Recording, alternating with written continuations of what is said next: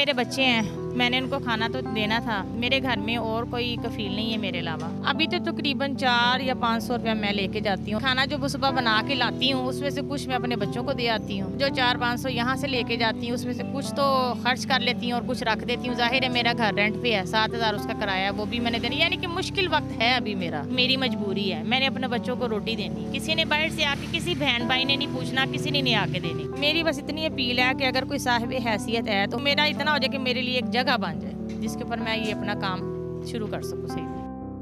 अस्सलाम वालेकुम नाज़रीन, मैं हूं आपका मेज़बान मियां मोहम्मद आसिफ और आप देख रहे हैं ख़बरनामा। नाज़रीन, आज हम आपकी मुलाकात करा रहे हैं कौम की एक ऐसी बेटी जिसकी दुखों से बड़ी दास्तान है। हालात के तंगी के बायस इस बेटी ने, इस बहन ने खाने पीने के एक ढाबा लगा लिया। घरेलू हालात इस काबिल नहीं थे कि इनका गुजारा हो सके। मुआशरे के मसाइल के बायस जब गुजारा मुश्किल हो गया तो ये सड़क पर आ गई और इन्होंने ये खाने पीने का ढाबा लगाकर दाल रोटी बेचना शुरू कर दी है। तो आइए इनसे आपकी मुलाकात कराते हैं, इनकी दास्तान इन्हीं की ज़ुबानी सुनते हैं। अस्सलाम वालेकुम जी। वालेकुम अस्सलाम। अच्छा बहन मेरी, आपकी जो दुखी दास्तान है वो ज़रा अपनी ज़ुबानी बताइएगा कि मामला क्या, किस तरह आप सड़क पे आई और ये ढाबा लगा दिया और क्या मुश्किलात आई, ये सारी तफसील अपनी ज़ुबान से आप बताइएगा प्लीज़। जी भाई, जाहिर है मेरे बच्चे हैं, मैंने उनको खाना तो देना था। मेरे घर में और कोई कफील नहीं है मेरे अलावा। तो मैंने जब देखा कि कोई कमाने वाला नहीं है, मेरे हस्बैंड थे, उन्होंने बच्ची के ऊपर, यानी कि वो स्टेप फादर थे। मेरे पहले हस्बैंड की डेथ हो गई थी, उसमें से अच्छा, आपके पहले हस्बैंड की डेथ हुई और कितने साल आपकी शादी के बाद डेथ हुई और कितना टाइम हो गया? जी, उनकी तकरीबन 5-5.5 साल के बाद डेथ हो गई थी। तीसरी बेटी मेरी होने वाली थी। उसके बाद ऐसा हुआ कि वो बेटी मेरी तकरीबन 1 साल की होने वाली थी जब मेरे घर वालों ने, जाहिर है मेरे वालदा की डेथ हो चुकी थी, वालिद थे वो बिस्तर पे थे। और फिर जब शादीशुदा बच्ची घर आ जाती है फिर उसकी वो इज्जत नहीं रहती। यानी पहले हस्बैंड के इंतकाल के बाद आप ससुराल से अपने घर वापस आ गई? जी, उसी टाइम ही आ गए थे। उसके बाद ससुराल वालों के, जो आपके पहले हस्बैंड थे, उनके पेरेंट्स ने आपकी कोई फेवर नहीं की, हेल्प नहीं की? नहीं, उन्होंने कोई हेल्प नहीं की। उन्होंने कहा कि जी हमारे पास रहो, तो वहाँ पे नहीं मैं रह सकती थी, क्योंकि मेरी कंडीशन इस तरह की थी। उसके बाद फिर मैं अपने वालिद साहब के घर में आ गई। फिर उन्होंने, यानी कि तकरीबन बच्ची 1 साल की होने वाली हो गई तो शादी कर दी। फिर उसके बाद उसमें से आगे दो बेटे एक बेटी हुई। अच्छा, उसके बाद आपके वालिदैन ने आपकी दूसरी शादी कर दी? मेरे वालिदैन ने, यानी कि मेरे वालिद साहब बेड पे थे, वालदा की डेथ हो चुकी थी, तो फिर मेरी दूसरी शादी हो गई। उसका क्या माजरा हो रहा, वो क्या कहानी है, वो भी काइंडली हमारे नाज़रीन को बताइए। वो इस तरह हुआ कि जो मेरी तीसरी बेटी थी उसके ऊपर मेरे दूसरे हस्बैंड की गलत नज़र थी, जिसकी बिना पे मैंने उसको फिर घर से बाहर निकाल दिया। मैंने कहा नहीं, आपका हमारा गुजारा नहीं है, तो बेहतर है कि घर का मुहाफिज ही अगर गलत हो तो फिर उसको निकाल देना चाहिए। फिर मैंने बाहर निकल के काम शुरू कर दिया। उनके साथ आपका कितना टाइम गुजरा जो दूसरे आपकी शादी हुई? उसमें से मेरे, यानी कि एक बेटी और 2 बेटे थे, यानी कि 2 साल हो गए उनको गए हुए यहाँ से। अच्छा, 2 साल। तो उनमें से 3 बच्चे हुए हैं आपके? जी, एक बेटी और 2 बेटे। तो वो जो बच्चे हैं वो आपके पास हैं या उन्हीं के पास हैं, उनके जो वालिद साहब हैं? नहीं, वो मेरे पास है। उन्होंने वो अपने बच्चे भी नहीं रखे?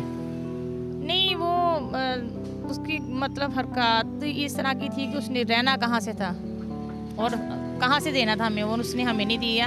कारोबारी लिहाज से वो ठीक है, लेकिन उसने हमें कोई सपोर्ट नहीं। उन्होंने आपके बच्चों को, आपको सपोर्ट नहीं किया? नहीं, मुझे नहीं किया। अच्छा, उसके बाद फिर आपने ये काम शुरू किया तो क्या मुश्किलात आई, क्या मसाइल आए, वो भी हमारे नाज़रीन?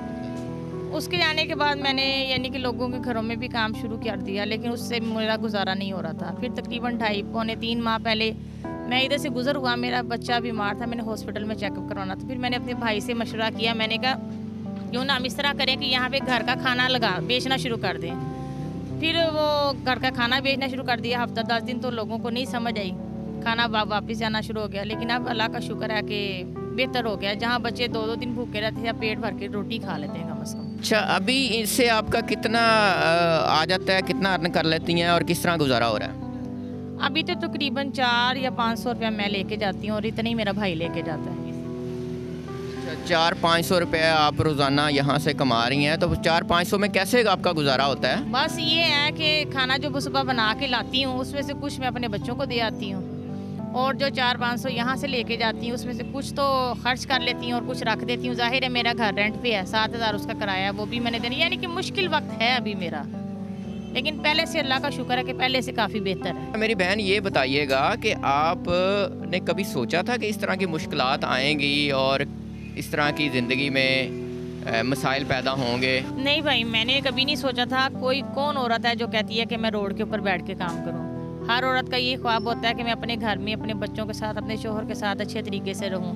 किसी औरत का नहीं दिल करता कि मैं उठ के अपने बच्चों को छोड़ के यारो मददगार सारा दिन मैं रोड के ऊपर बैठूँ, किसी का नहीं दिल करता। फिर भी बैठना पड़ता है क्योंकि मेरी मजबूरी है, मैंने अपने बच्चों को रोटी देनी है। किसी ने बाहर से आके, किसी बहन भाई ने नहीं पूछना, किसी ने नहीं आके देनी। आप हुकूमत को और मुआशरे को क्या पैगाम देना चाहती हैं? क्या कोई आपका मैसेज है, क्या कोई आपकी अपील है, वो भी बताइए। मेरी बस इतनी अपील है कि अगर कोई साहिब हैसियत है तो मेरा सिर्फ इतना कर दें कि ये देख लें, आप देख सकते हैं कि मेरे पास जगह नहीं है, कोई रेडी है वो भी टूटी हुई है, जिनकी जगह ये थोड़ा सा बना हुआ है, अगर वो भी हमें कह दें यहाँ से निकलो तो मैं कहाँ जाऊँगी? ना बर्तन रखने की कोई जगह है, कि मेरा इतना हो जाए कि मेरे लिए एक जगह बन जाए जिसके ऊपर मैं ये अपना काम शुरू कर सकूँ सही। अच्छा, ये जिस जगह पे आप बैठी हुई हैं ये किसकी जगह है और वो लोग आपसे रेंट ले रहे हैं, क्या कर रहे हैं, उनकी ज़रा बात भी बताइए। ये मेजर खालिद साहब की मार्केट बनी हुई है, तो ये उन्होंने जगह पे हमें बिठाया है फी सबिलिल्लाह, तो उनकी मेहरबानी है कि उन्होंने जगह दी है, वरना कौन किसी को बिठाता है।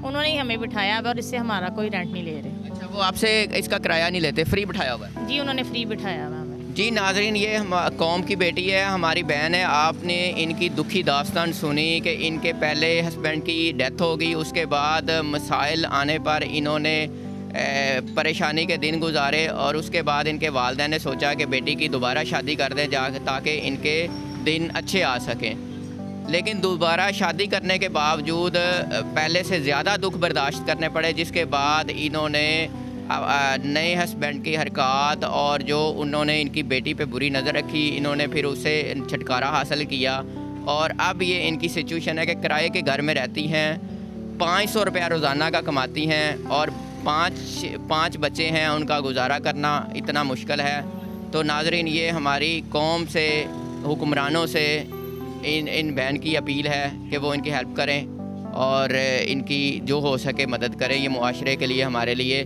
ये हमारी ज़िम्मेदारी है। तो नाज़रीन, इसके साथ ही अपने मेज़बान मियां मोहम्मद आसिफ को इजाज़त दीजिए। अल्लाह निगहबान, पाकिस्तान जिंदाबाद।